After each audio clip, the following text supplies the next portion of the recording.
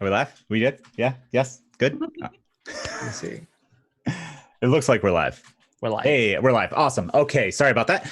Hello, everyone, and welcome to Modernizing Call of Cthulhu, dragging Lovecraft kicking and screaming into the 21st century. This is going to be a panel about modernizing the Call of Cthulhu mythos and the stories written by H.P. Lovecraft to make them less racist and kind of expand on what cosmic horror is, cosmic insignificance, and the stories you can tell within those frameworks.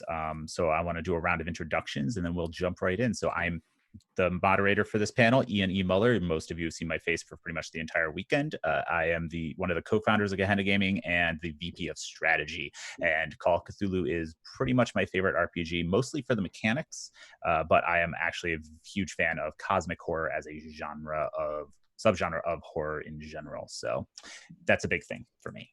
Neall. Okay, my name is Neall Raemonn Price. I do a lot of work for Onyx Path Publishing.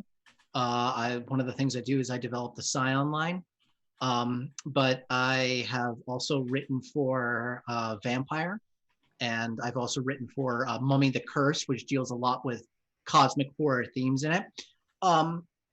In terms of Cthulhu cred, I wrote on the first and second editions of Harlem Unbound, by my good friend Chris Spivey, which is about the Cthulhu mythos through the lens of 1920s Harlem Renaissance. And Chris and I also collaborated on Mass of the Mythos, which is about playing Scions, children of the old ones in the Scion second edition world. Fantastic. Mendez? What's good? I'm James Mendez Hodes. I'm a game writer and also some other things. So I have relatively little experience, I think, compared to a lot of our other panelists with the horror in general and with Lovecraft in particular. But I have I've worked on Scion with Neall, and I worked on Fate of Cthulhu, which is a not that Lovecraftian Lovecraft game from Evil Hat about going back in time Terminator style from like an Elder God apocalypse to prevent an Elder God apocalypse. But my section for that wasn't even about the Elder Gods. It was just about zombies. So as a cultural consultant, though, Lovecraft and horror and a lot of the horror tropes that intersect with cultural and especially religious issues do come up a huge amount in my work, though. Fantastic. Cassie. Hello, I'm Cassie Clark. I'm the writer, producer, and keeper for Call of Cthulhu. For Lovecraftian, sorry, skipped ahead. We play Call of Cthulhu. We're on the 5th edition. We've made some changes fairly recently that I think are pretty close to what this topic is. So I'm excited to sit in on this panel. Awesome. And Helen? I'm Helen. I am at the minute, I'm primarily a sensitivity reader. But I've also done quite a lot of writing and editing, including for Golden Goblin Press, Vestigian Fox. I have a whole scenario and setting in Cthulhu Dark, and I've worked on several, like so many books. I'm trying to figure out which ones I should mention. A lot of it one of them has been specifically around Cthulhu and like Cthulhu-esque situations and mental health. I did a lot of sensitivity reading around that. And I occupy a space in which it comprises a lot of my work, looking at things and saying, let's change that. Nice. And Chris? Yes, hi, I'm Chris. I'm known as the Primogen on YouTube. I mostly do lore videos for the Vampire the Masquerade and World of Darkness settings, which is not entirely related to this, but I have been playing and running a lot of both Call of Cthulhu and Call of Divinity Lost, Eclipse Phase games that are dealing with topics in the ballpark of cosmic horror and cosmic insignificance. So I will be trying to contribute in those topics. Fantastic. So I want to open this panel with a caveat. I guess. Lovecraft was incredibly racist. There's no question about that. People have tried to argue that he was a product of his times. No, he wasn't. He was incredibly racist even for his times. We are not going to be debating that. We are not going to really actually be talking about that. So if that's what you came here for, I'm sorry, this is not the panel for you. This panel will be more interesting than that. So we are going to move right on from that topic. So for me, what I particularly love about Call of Cthulhu is fear of the other, and to just that, for Lovecraft, that theme came from his xenophobia and his bigotry, but you can expand well beyond that. I think that fear of the unknown is a better way of phrasing it. It's often been called fear of the other in comparison to his writings, why I started that way. But fear of the unknown is an interesting thing when you expand it beyond the mundane. And that's where cosmic horror and cosmic insignificance and things of that nature come in. Games that deal with that as a topic can also be problematic in some cases, but I think the big thing is, what are you like? Are you afraid of something that you don't know, or are you afraid of something that is incomprehensible? And that's where the cosmic insignificance often comes into play as well, especially with shows like The Expanse. That was a big theme in that book series and TV show. But what is cosmic horror? I kind of want to pass that concept around before we move on. That's a really huge question. That's like an essay-sized question. To me, cosmic horror is about the realization that are things far larger than our own comprehension, and that they don't. Can I check? Like, are we allowed to swear at all on this panel? Oh yeah. This entire con is rated R. We've been saying fuck the entire time. Okay, because it is past 10 p.m. where I am, so my filters are going haywire. But yeah, just realizing that there is something so much larger than you, and it doesn't give a shit, and would maybe quite happily destroy you. That's my understanding of what cosmic horror is. Yeah, not just fear of the unknown, but fear of the unknowable, the stuff that is so far beyond our comprehension, we cannot grasp it, but we are aware that it's there.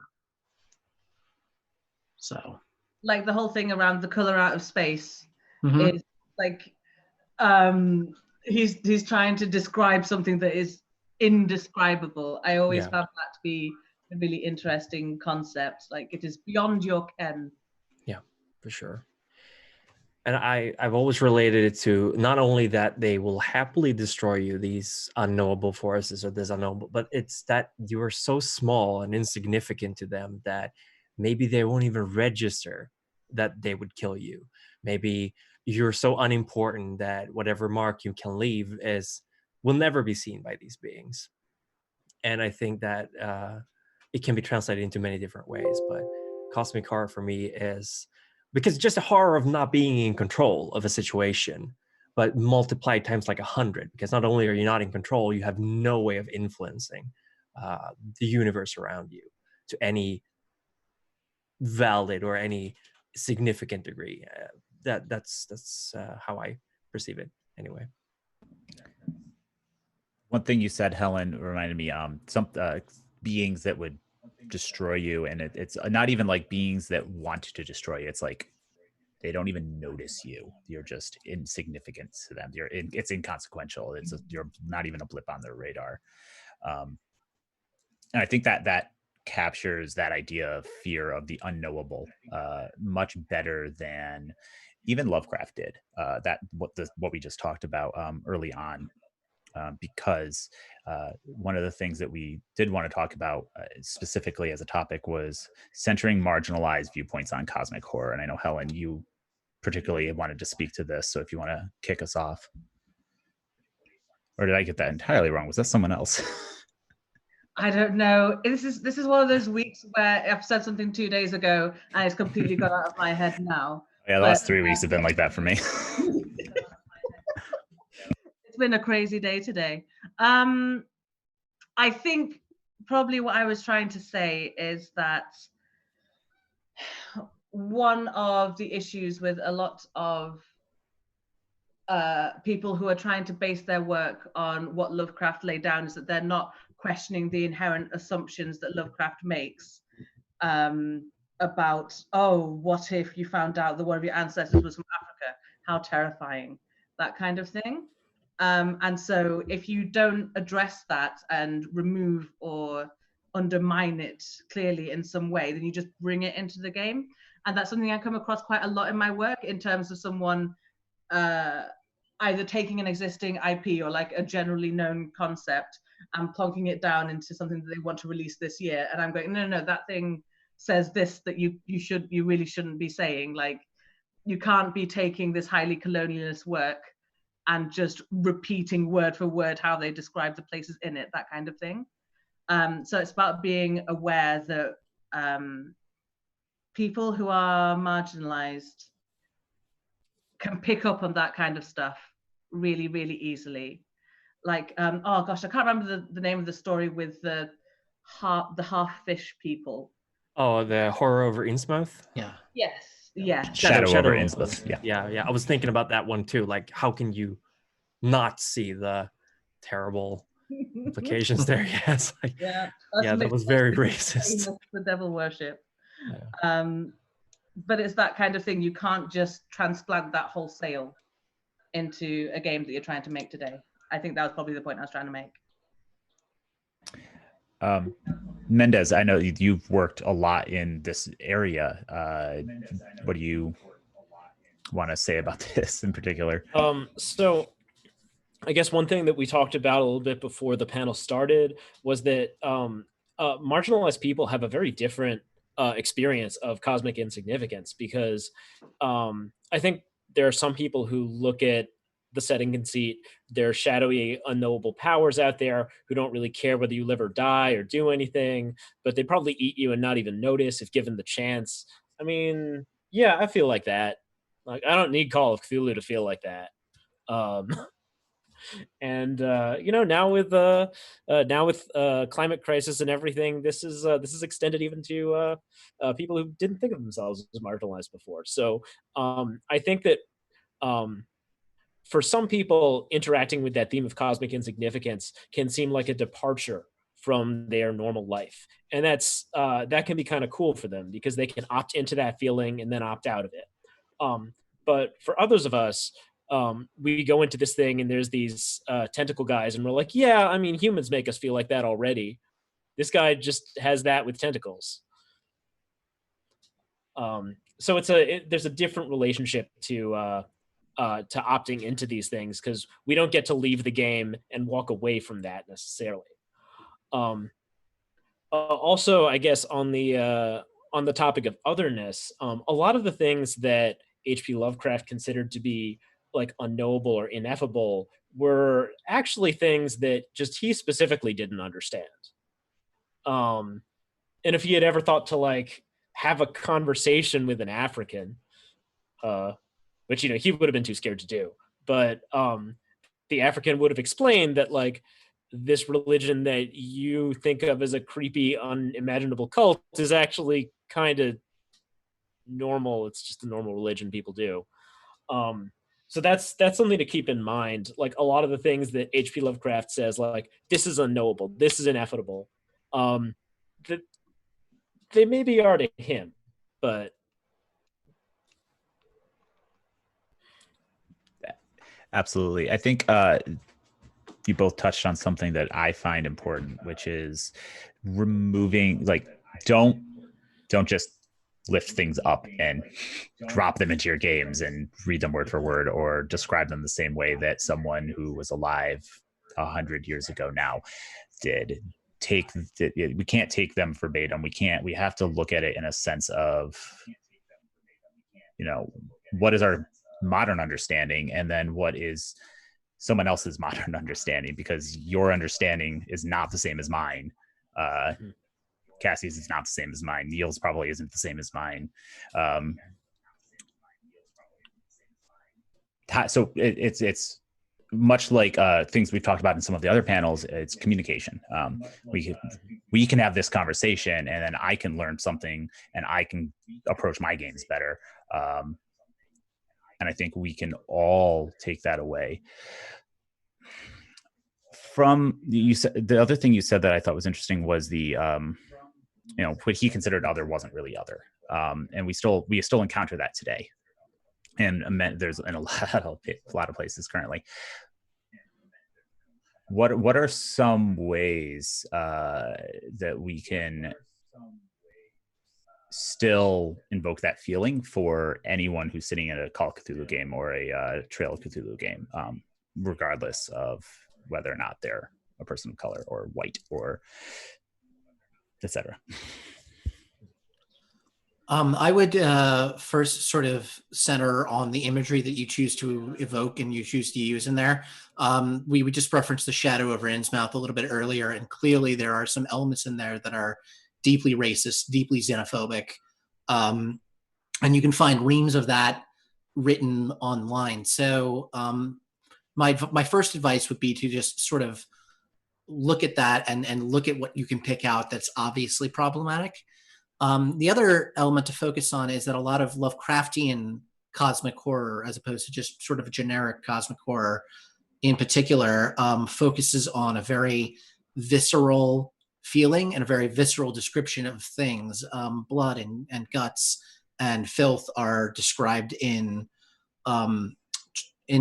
fairly detailed terms. So I don't think there's anything wrong with doing that, in theory, but I would be careful that you're not associating it with any real stereotypes or any real practices of people that are around. Yeah, I've found a lot of the key is being as indiscriminate in your horror as possible. So it's happening to somebody regardless of who you are, where you came from, what you believe in. These mythos gods that you invoke could just as easily turn on the people worshiping them as the people trying to stop them from coming into being. So for my games in particular, the focus is less on the characters because the chances that they make it out of this are pretty slim anyway. And it's more on what are you guys going to try and do to stop this, and taking out, like you said, as much of the problematic material as humanly possible. There are some gods whose names I won't even repeat anywhere near my podcast because they're horrific. So you can just take pieces that you like and acknowledge that those other pieces are problematic as all hell. Bring it up if you need to and be like, this is garbage, we're not using this. And then move on from there in a more productive sort of way.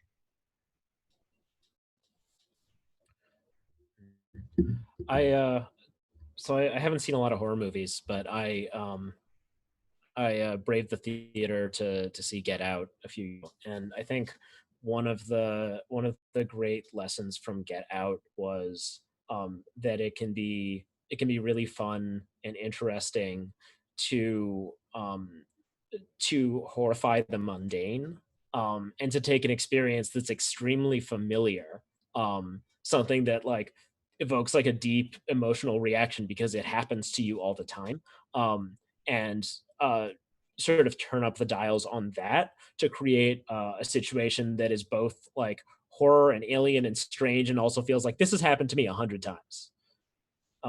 So when you get that, like that dichotomy, that like cognitive dissonance between like familiarity and unfamiliarity, by pulling on something that is close to home and which also therefore you might be better equipped to present, like that can be really, really satisfying. Yeah. And what was so great about what happened there was that Get Out was based on a really familiar feeling specifically for ethnic minorities. Yeah. And it was really interesting to see that presented because the audiences were not, well, a couple of times I went to see it, it was mostly Black people in there like yelling, but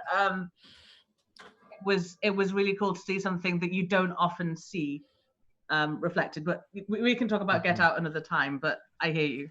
Actually, I that was something I did want to bring up is there's there are books that you can that capture that concept in the viewpoint of a marginalized person. The Ballad of Black Tom, Lovecraft Country. Jordan Peele is producing Lovecraft Country into a TV series now. Like, I'm incredibly excited for that because Gut Out was amazing. So that was a good segue. I wanted to bring those up at the end, but to me, the idea that we should there's a concept that you should like be true to a source material, and I think that's more or less hot garbage, and particularly in this instance, because we can evolve, and authors like the ones who wrote, because I'm blanking on both of their names because I'm awful, The Ballad of Black Tom or Lovecraft Country, prove that, because they toss all of, I mean, they don't, because they actually address it and from the opposite viewpoint, but they toss they don't base that fear and that sense of horror on the xenophobia. They reverse it and then they go past it. And I think they're significantly better in the long run for it. And that's one of the themes for this panel when I conceived of it. And that brings me to my next point, which is like, what is the potential for cosmic horror then in that instance? Where can we go beyond H.P. Lovecraft and, improve upon him in that light? I would like to bring up an example, both when talking about xenophobia as well as bringing cosmic horror into another setting, because I mentioned Eclipse Phase recently, and in case you're not familiar, it's a transhumanism game. It's about humanity essentially exploding out into space while also simultaneously being wiped out by this kind of completely unstoppable force of artificial intelligence. And that has resulted that humanity has created artificial intelligence, and immediately they're turning on it. They're like, oh shit, everything we have created, we have to destroy. So they become marginalized, they become feared. They're the unknown. Are they going to go rogue? Are they going to try to kill us? So in a sense, they're trying to grasp for this, evoking a similar kind of theme in his story, while also everything is carrying on as normal in this setting, but they're constantly living with the threat of these things coming back to finishing the job. And I think that in a sense, it's taking some of the core themes about cosmic horror and translating it into it, like, how are people going to react if they find themselves in a situation like this? You can talk about the current outbreak of the coronavirus and say that people are trying to carry on as normal. Some people are trying to wage a war against it. Like, we're not equipped to deal with these threats that don't have a mind that we can communicate with. We don't understand it, so we fear it. We can't talk to the coronavirus and say, please stop doing this, or use violence against it. And I think these themes can be easily put into basically any kind of setting, in a sense. When I make the connection about xenophobia and artificial intelligence, it's just that there's also this kind of, it's so easy to fall into distrust of something that is so close to you and so similar to you, because you're not sure in yourself, you're scared, you don't understand it. So I think Eclipse Phase does a really good job of trying to portray how humanity is constantly tormented by these internal strugglings, while even with an external threat going on. Sorry, I went off on a bit of a tangent there, but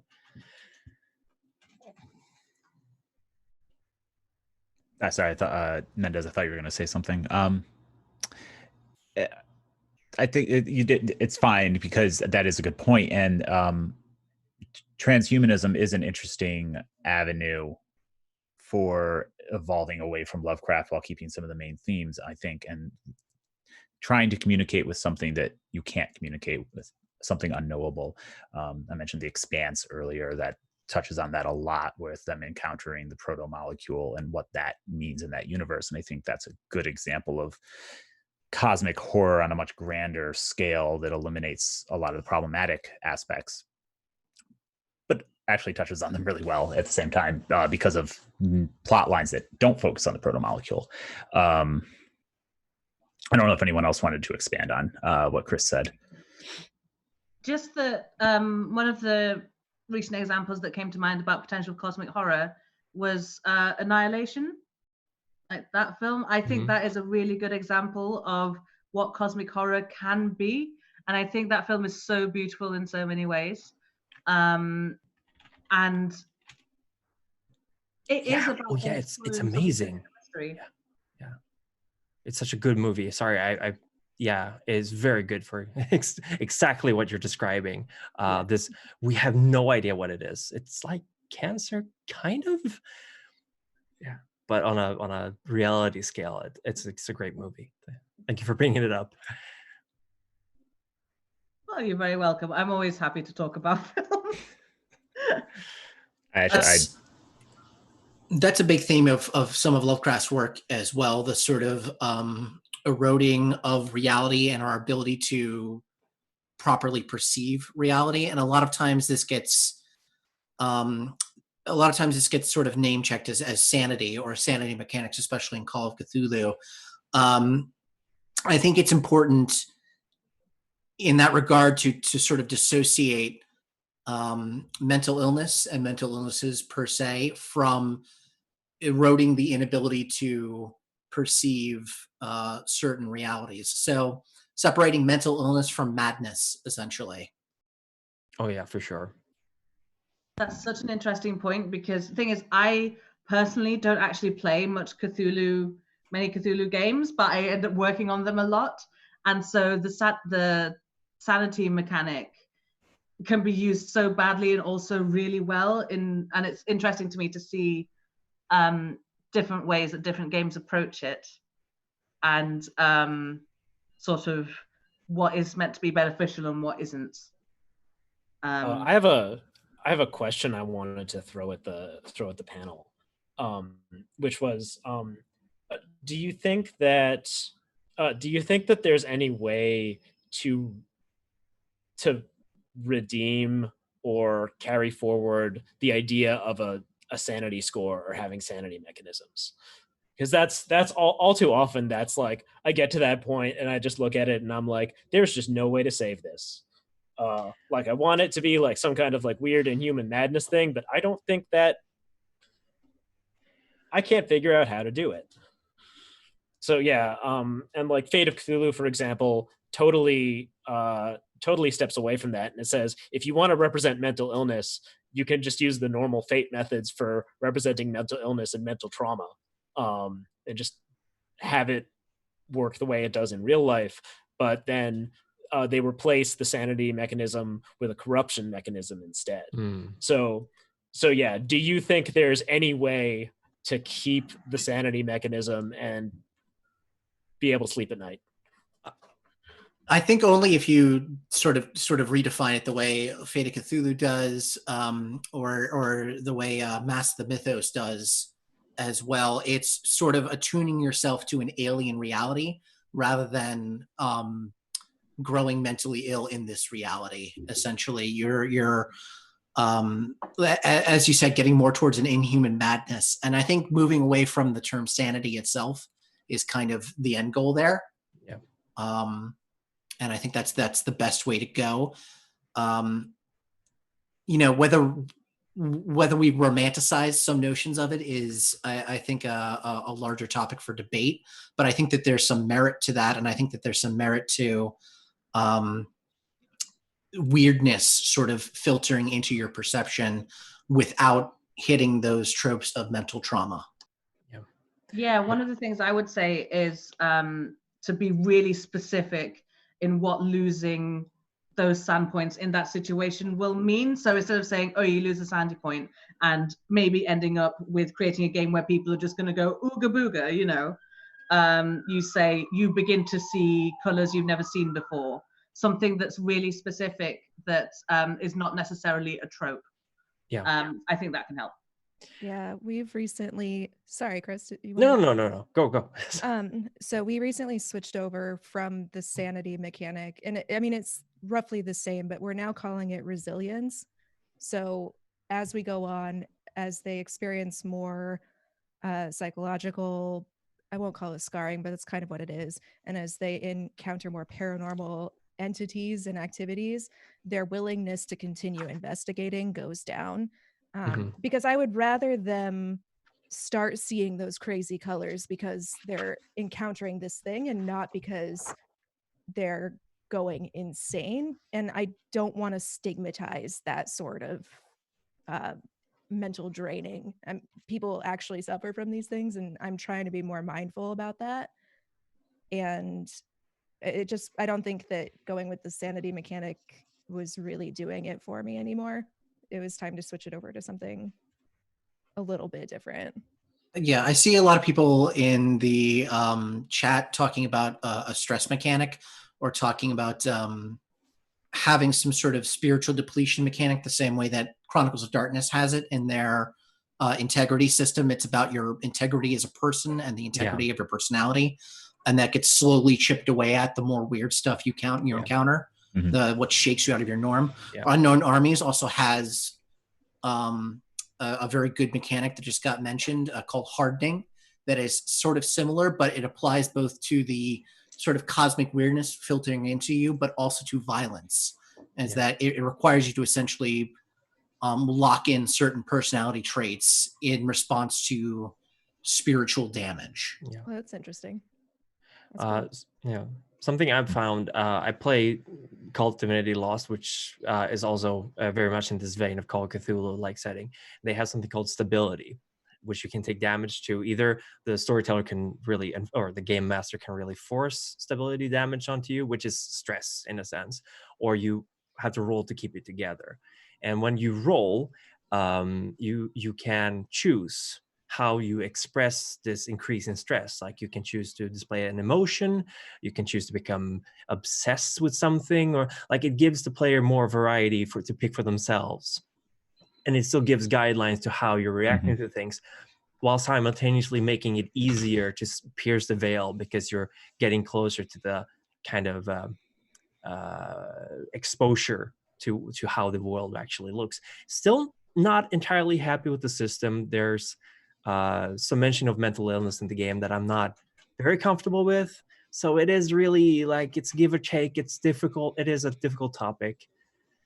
I don't really think there's a perfect method to handle it. I think it's always something you have to discuss at the table. What I think the appeal of it is, and what I think the romance behind it is, goes back to the core themes of cosmic horror, which is the helplessness you feel.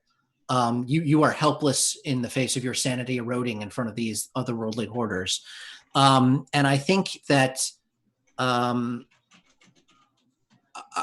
without delving into mental illness tropes, that is a key part of cosmic horror, but it's been iterated several times over this convention in many different safety panels.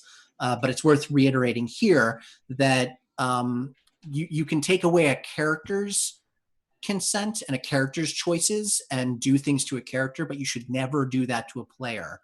And you should always let the player have agency even when their character does not.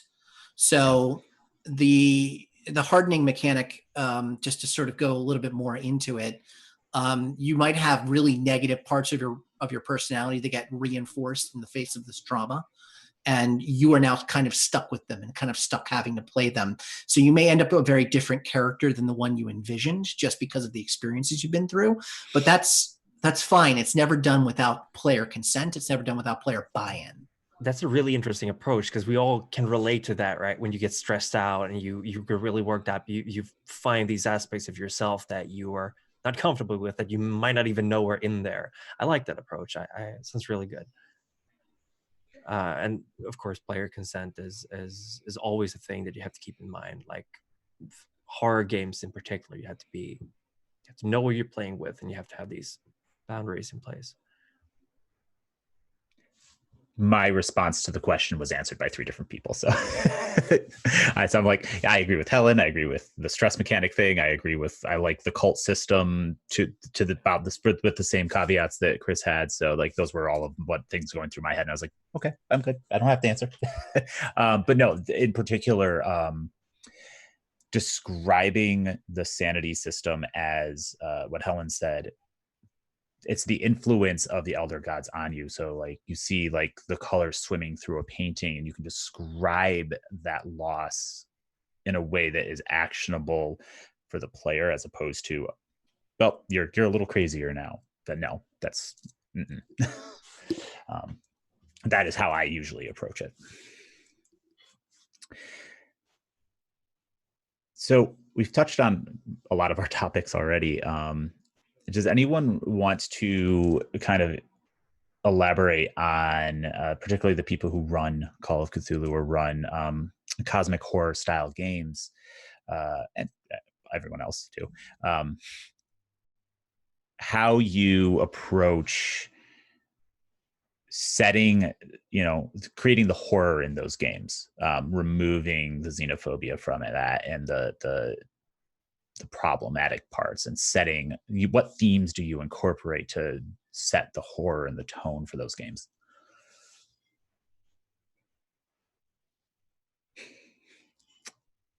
I'll ask Cassie. I was just thinking, I do a lot of what James mentioned earlier, where you take something normal and make it terrifying, or you abstract it a bit so it's a lot less normal than it was, and you work up from there. I also do an absurd amount of research if I'm writing for one of the games.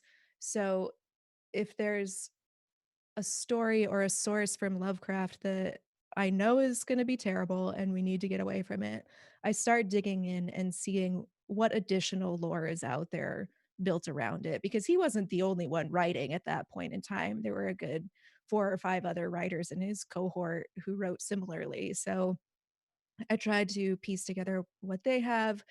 And kind of the great thing about cosmic horror is that it's as big or as little as you want, and it doesn't care about humans either way. So you can just do what you will with it.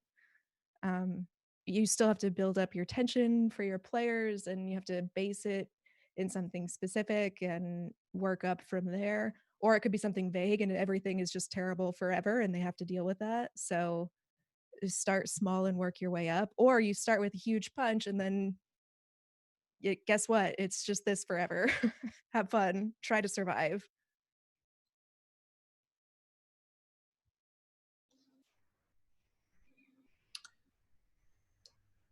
Okay, I guess I'll go. A lot of what Cassie said is entirely correct. To give another plug for Harlem Unbound by Chris Spivey, it is one of the only role-playing games that I've ever seen do this, as every player character is assumed to be Black as default.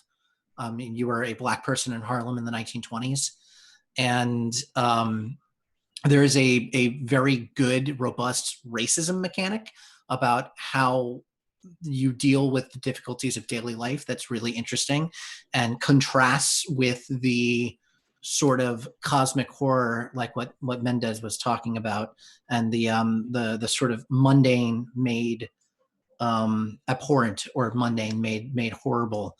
It's that sort of feeling of jamais vu, which is the opposite of deja vu. It's where something you do something like you've done 1,000 times before, but it feels unreal and it feels different. And sort of encapsulating that and communicating that to the players through a variety of ways, even if it's just simply directly telling them, is really kind of the core of it and how I approach it. And you can even do that even if a player fills out their lines and veils worksheet or their safety worksheet, or whatever you want to do, and says, I don't want to see visceral horror, I don't want to see heavy amounts of racism. It's like, well, okay, like that is something that people can still relate to. When I've been running my games, I've always enjoyed just peeling away the outer layer and revealing that all this weird stuff. I can relate to cult again because I'm running a slow burning campaign online, and that there are so many things in the middle of society. There's stuff happening that no one was aware of until someone opened their eyes. And I guess you can see that kind of as a metaphor as well to seeing for example, the underlying racism in a system, is the fact that a lot of people aren't aware of it or don't want to be aware of it until they're forcefully exposed to it, and then they see it everywhere, and it becomes this overwhelming thing like, oh my God, this is everywhere. How have I missed this? And there must be other people who see this. Why hasn't it stopped? Like, why is this thing going on in society? And half of the people I meet, they don't have any idea what's going on. The other half are just like, don't pay attention to it, man. Just do your thing. Because that also makes it so visceral, because it's something that's so close to, people with people, obviously in real life, what's going on with systematic racism, classism, stuff like that, without actually going into it, but having a what do you call it, a substitute for it. And I've always felt that really helps bring characters together right away, because they're like, are you seeing this shit? In a sense that, oh my God, we're everything is true that we were told. I think role-playing games, when they're done really well, are a tool for empathy and a tool for communication between people. And I think that rather than simply ignoring or trying to whitewash a lot of the racism and a lot of the xenophobia inherent in Lovecraft's work, it can be difficult but worthwhile to subvert it and to sort of address it head on and examine some of those elements in there, as long as everyone at the table is comfortable with it. And just to sort of generally touch on what we talked about before at the very top of this, I kind of want to say to everyone out there that, like, if you have a group and they're sort of dealing with these themes in a sort of unknowing manner, or they're sort of encapsulating them, or they think that it's not a big deal, it definitely is, and a lot of people take it very seriously. And you shouldn't be afraid to sort of speak up about that, and you shouldn't be afraid to think about the themes of what you're doing on a much deeper level.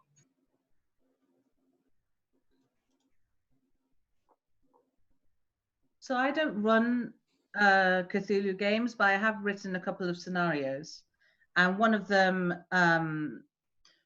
it was for a collection. It's called An Inner Darkness, and mine's called A Cleansing Flame, and they're all set in the 20s in America.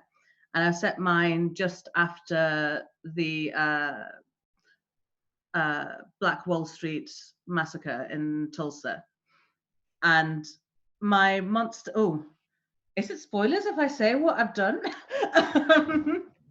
I think it's okay. Oh, go ahead. So I have also recommended that all of the player characters are Black, and I have not shied away at all from saying this is how other people in the community are treated, this is how the city feels. It was also a requirement to do a load of research and give a summary of what actually happened, which I found really interesting, like just to say this is literally a thing that happened. And what I created was sort of a monster who thrives on sort of chaos and conflict.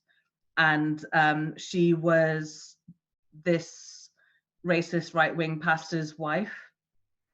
And I had her going around stirring everyone up and basically she wanted to spark off a load of riots again. And the players have to try and stop that happening while also dealing with the horrible and rising racial tensions in the city.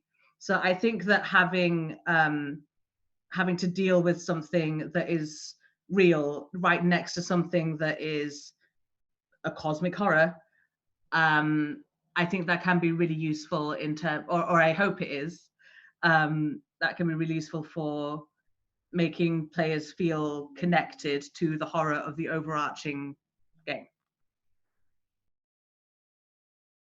Absolutely. That's somewhere I had. So there was something similar I was trying to figure out how to word, and you said it much better than I would have. So I don't want to push too far in, but I do want to also make sure we have time to talk about anything that you want to recommend to people, because I think that it's good to give people who aren't familiar with cosmic horror works or products like Harlem Unbound that go to a better level than H.P. Lovecraft's work did. I want to offer any recommendations, mine would be there's a book series. The first one's called In the Dust of This Planet. It's actually philosophy, but it's called The Horror of Philosophy, and it examines horror from a philosophical lens and flips that and examines philosophy from the lens of horror. And it's a fantastic series that explores cosmic horror from a wide variety of viewpoints. And I think it's fantastic. It's a little dense because it is philosophy, but well worth the read if you want to expand your thought process around how to play cosmic horror games. If anyone else has any recommendations on things, I know we've thrown a lot of movies out there like Get Out and Annihilation, but any other forms of media that people could recommend to viewers? I would definitely recommend The Lighthouse. That was crazy. Yeah, for sure. I love that movie. Well, I love that movie, but yeah. The Witch also very good. Yeah. Really great. I would also like to recommend. So, I've been mostly talking about my editing and sensitivity reading. That's the context I've been talking about. But I'm also part of the Rusty Quill podcast, and they do a podcast called the Magnus Archives, which I think touches on cosmic horror. I don't know if Johnny would agree. I've never actually talked about it with him, but I feel like it definitely goes there. I mean, there's a load of there's overarching plot elements, and I don't want to call them monsters. It deals with the concept of fear in a really, really cool way. And I would think that even if they weren't my friends. I definitely threw cosmic horror at him when I interviewed him this morning, and he was like, and I was like, it is. I'm sorry. It's really good cosmic horror. Although they're a little bit dated, John Carpenter has made a lot of movies that touch upon these subjects, particularly regarding what I was talking about before, about seeing the underlying cosmic horror in society. You could watch They Live. It's dated, obviously. It was made in the 80s, I believe, 1988. You also have Thing, of course, and From the Mouth of Madness. All these work really inspire in the kind of transition from the normal to the cosmic horror. That's what I would recommend anyway. Yeah, to sort of go along in that vein, I think the 1998 movie Event Horizon is really good for those terms of that kind of visceral horror and that kind of there's a lot of blood and guts in that movie, and there's a lot of very creepy imagery, and it's also that genuine feeling of this unknowable, unstoppable force that is beyond human ken. Sort of similar to that isn't really traditionally seen as a horror film is 2001: A Space Odyssey. There's a lot of very unsettling imagery in that movie. And fundamentally, it's about encountering something that's beyond human ken, and it can't really be comprehended. And in order to comprehend it, you have to leave your humanity behind. So I think that that's an interesting entry into the cosmic horror genre that's not really thought about, but it's definitely something you can mine for your games or for your fiction, however you want to do it.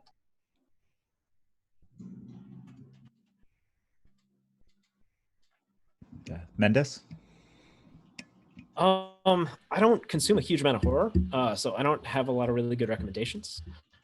I guess the one thing that comes to mind for me that I really liked was Madoka, Maho Shoujo Madoka Magica. It's like a classic anime series at this point that kind of takes the tropes of magical girl anime and then takes them to their creepy logical conclusion.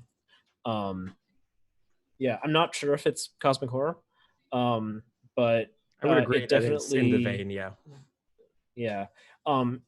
I think the way that the visual design of the show works, it uses a lot of like really weird animation styles and like combinations of different animation styles to represent like magic intruding into the world and magic going out of the character's control.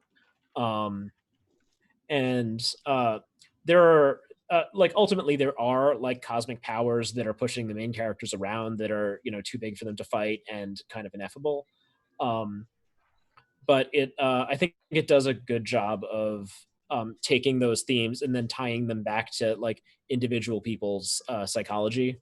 I haven't seen any of the like spin-off series or sequel series, but that original series I think does a really good job. Fantastic. Cassie? We've already kind of touched on a lot of my recommendations, but for something a little less traditional, I'd look into a lot of Junji Ito's work. It's a lot of body horror, but also it trips into this kind of unavoidable cosmic terror as well. And it's stunning in a really grotesque sort of way. Absolutely. And if anyone hasn't heard of it, the World of Horror video game by Ysbryd Games is based on that work and combines it with a lot of Lovecraftian themes. So it's really good. I just picked it up. Was speaking with Jacob Burgess from Ysbryd about it recently. It's fantastic. So I would recommend that as well as a piggyback onto Cassie's recommendation. That's all the time we have for this panel, sadly. I would love to talk to people who have much more well thought out beliefs on this topic than I do more. So I thank you all for joining me. Why don't we just go around real quick and say where people can find you online. Neall? Sure. You can find me at Burnt Neall, BURNTNEALL on Twitter. I don't yet have a website, but I'm working on it. In terms of writing works, Mass of the Mythos is going to be hopefully coming out sometime later this year. And my friend Chris Spivey's work, Harlem Unbound, has just had a second edition released on Drive-Thru and through Chaosium. Fantastic. Thank you. Helen? You can find me on Twitter at Alecto101, and that's spelled ALECTO101. I don't just tweet about horror stuff. I do sometimes just tweet about my day, but I will also post a lot about what's happening with my work and with Rusty Quill and stuff like that. So that's where you can get to know me. Awesome. Mendez? So you can find me on the internet at jamesmendezhodes.com. That links to my various social media sites, including at Lula Vampiro, my Twitter, and stuff I have coming out soon. Simon & Schuster is doing an anthology of little RPGs, like 800-word RPGs. And I have a game in there which is inspired by the really boring interviews they do with sumo wrestlers after matches, where a bunch of reporters are asking like an exhausted athlete who just wants to go home, like increasingly surreal questions. That's amazing. Cassie? You can find me on Twitter at lovelygm_Cassie, and the website is lovelycraftians.com. Fantastic. And Chris? Yes, thank you. I'm the Primogen. You can find me on YouTube and Twitter as the Primogen. And you will find me on the Onyx Paths Twitch stream every Thursday, where I storytell Changeling the Lost, second edition. Fantastic. All right. Thank you, everyone, for tuning in for this panel. We hope you've got some ideas for running cosmic horror games and improving on your Call of Cthulhu games. And stay tuned. We have nope, that's this panel. Wow. It's been a long day.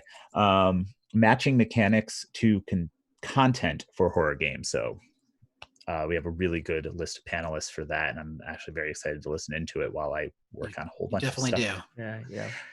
So stay tuned for that, and we'll be right back. So thank you, and goodbye. Yeah. Thank you. Thank you, Gehenna, for running this. Thank you. Amazing con. Thank you for watching. Thank you, everyone.